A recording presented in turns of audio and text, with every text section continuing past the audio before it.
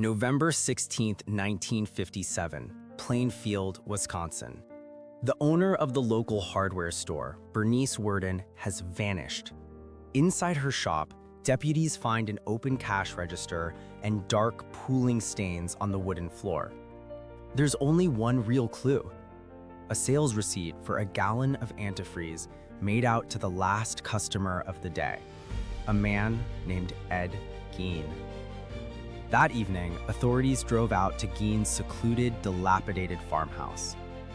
What they found in a summer kitchen attached to the house would sear itself into the national psyche. It was Bernice Worden. Her body was hanging upside down, decapitated and dressed out like a deer. But the horror had only just begun. The scene inside the house was a macabre gallery of human remains. Investigators found skulls capping the posts of Gein's bed. They found bowls fashioned from the tops of craniums, chairs upholstered with tanned human skin. They discovered leggings made from skin, a corset pieced together from a female torso, and masks, all meticulously crafted from the faces of dead women. And then, the most profoundly disturbing artifact of all, a full woman's suit, which Gein later admitted he would wear. His goal, he said, was to become his mother. The source of this grotesque collection was soon revealed. Gein confessed everything. For years, under the cover of night, he had been visiting local cemeteries in what he described as a dazed-like state. He unearthed the graves of recently buried, middle-aged women who physically resembled his mother, and he took their bodies home. He also admitted to killing Bernice Worden, as well as a local tavern owner named Mary Hogan, who had disappeared 3 years earlier. The quiet, unassuming handyman the town knew was a ghoul, a body snatcher, and a murderer. The revelation shattered the small community, forcing them to confront the reality that a monster had been living quietly in their midst. So how did a man become this? Ed Gein grew up on that same isolated farm, trapped by a tyrannical and intensely religious mother, Augusta.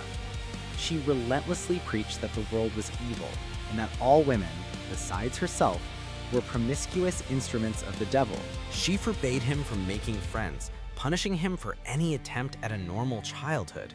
His father was an alcoholic who died early, and his brother died years later under mysterious circumstances during a brush fire.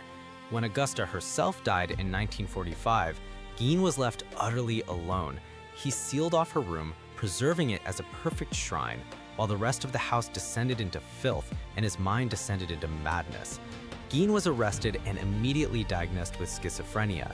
Initially, he was declared mentally unfit for trial and committed to a state hospital for the criminally insane. It wasn't until a decade later, in 1968, that he was finally deemed competent. Citing prohibitive costs, the state chose to try him for only one count of murder, that of Bernice Worden. He was found guilty, but also legally insane. Ed Gein would spend the rest of his life in a mental institution, where he died in 1984. But his story was far from over. The Ghoul of Plainfield became the terrifying blueprint for some of fiction's most iconic monsters: Norman Bates in Psycho, Leatherface in the Texas Chainsaw Massacre, and Buffalo Bill in The Silence of the Lambs. He was a real-life horror story, a chilling reminder that the most terrifying monsters are often the ones hiding in plain sight.